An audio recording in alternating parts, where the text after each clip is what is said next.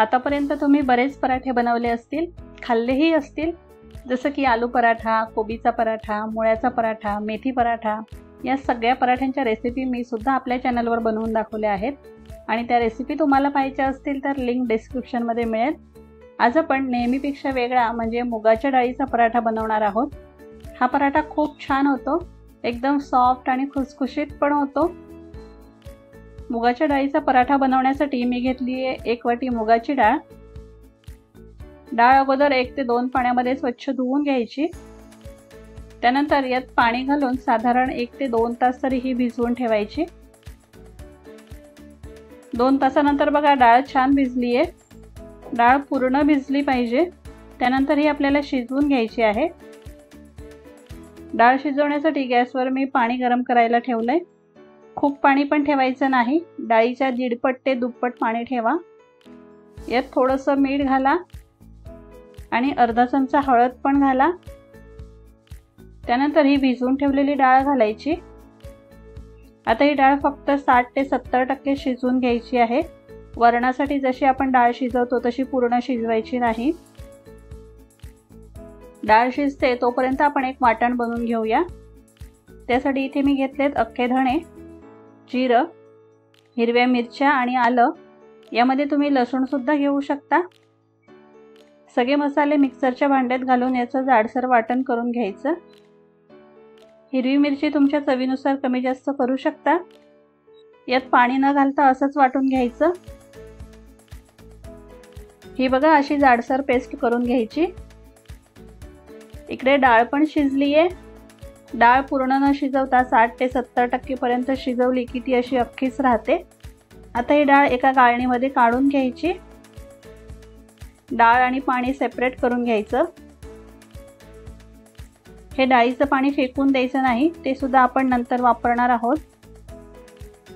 गाळून घेतलेली डाळ दुसऱ्या भांड्यामध्ये काढून घ्यायची आणि महत्त्वाचं म्हणजे ती थंड करून घ्यायची. डाळ पूर्ण थंड झाल्यावरच यात बाकीचं साहित्य घालायचं. आता यामध्ये मी घालते 1 उकडलेला बटाटा.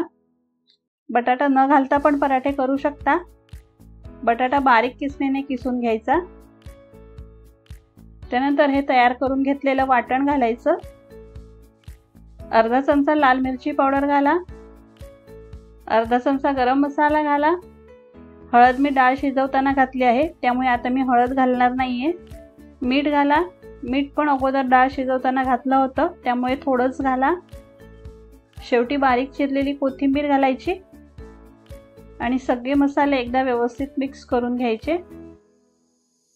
आता यात गरजेनुसार गव्हाचं पीठ मिक्स करा. मी 2 वाट्या गव्हाचं पीठ घेतलंय. एवढ्या साहित्यामध्ये 8 ते 10 पराठे तयार होतात.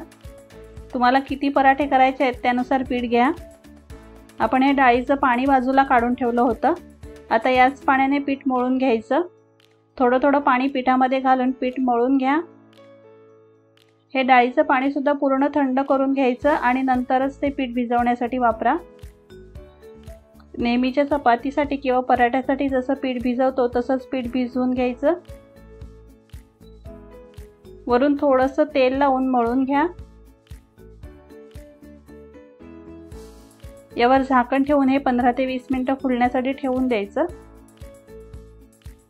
पीठ छान भिजलंय. आता याचे पराठे लाटून घेऊया. चपातीच्या गोळ्यापेक्षा थोडा मोठाच गोळा घ्यायचा. वरून कोरडं पीठ लावून घ्या. पराठे लाटताना तुम्ही तुमच्या आवडीनुसार गोल, चौकोनी, त्रिकोणी कसेही लाटू शकता. पराठा अजून खुसखुशीत होण्यासाठी याला असं मधून तूप किंवा तेल लावा. अशा प्रकारे फोल्ड करून घ्या. वरून कोरडं पीठ लावून पुन्हा पराठा लाटून घ्या. हे बघा मी असा ट्रायंगल शेपमध्ये पराठा लाटलाय आणि खूप पातळ पण लाटायचं नाही, चपातीपेक्षा थोडा जाडच ठेवायचा. आता पराठा भाजून घेऊया. पराठा भाजताना वरून तेल किंवा तूप लावा किंवा बटर पण लावू शकता. दोन्ही साइडने खरपूस रंगाचा होईपर्यंत पराठा भाजून घ्या. ही बघा मुगाची डाळ अख्खी ठेवली की ती पराठा भाजल्यावर छान दिसते आणि खायलाही छान लागते. बघा किती मस्त दिसतोय पराठा। सगळे पराठे असेच बनवून घ्यायचे। हे पराठे खूपच छान होतात, एकदम सॉफ्ट आणि खुसखुशीत पण होतात। चवीला तर अप्रतिम लागतात। प्रवासात नेऊ शकता, मुलांना डब्यामध्ये देऊ शकता आणि कधीही बनवू शकता। असे मस्त मुगाच्या डाळीचे खुसखुशीत पराठे तुम्हाला आवडले असतील तर लाईक आणि शेअर करा। आजची रेसिपी पाहिल्याबद्दल खूप खूप धन्यवाद। चला तर पुन्हा भेटूया अशाच छान छान रेसिपीमध्ये। तोपर्यंत बाय बाय।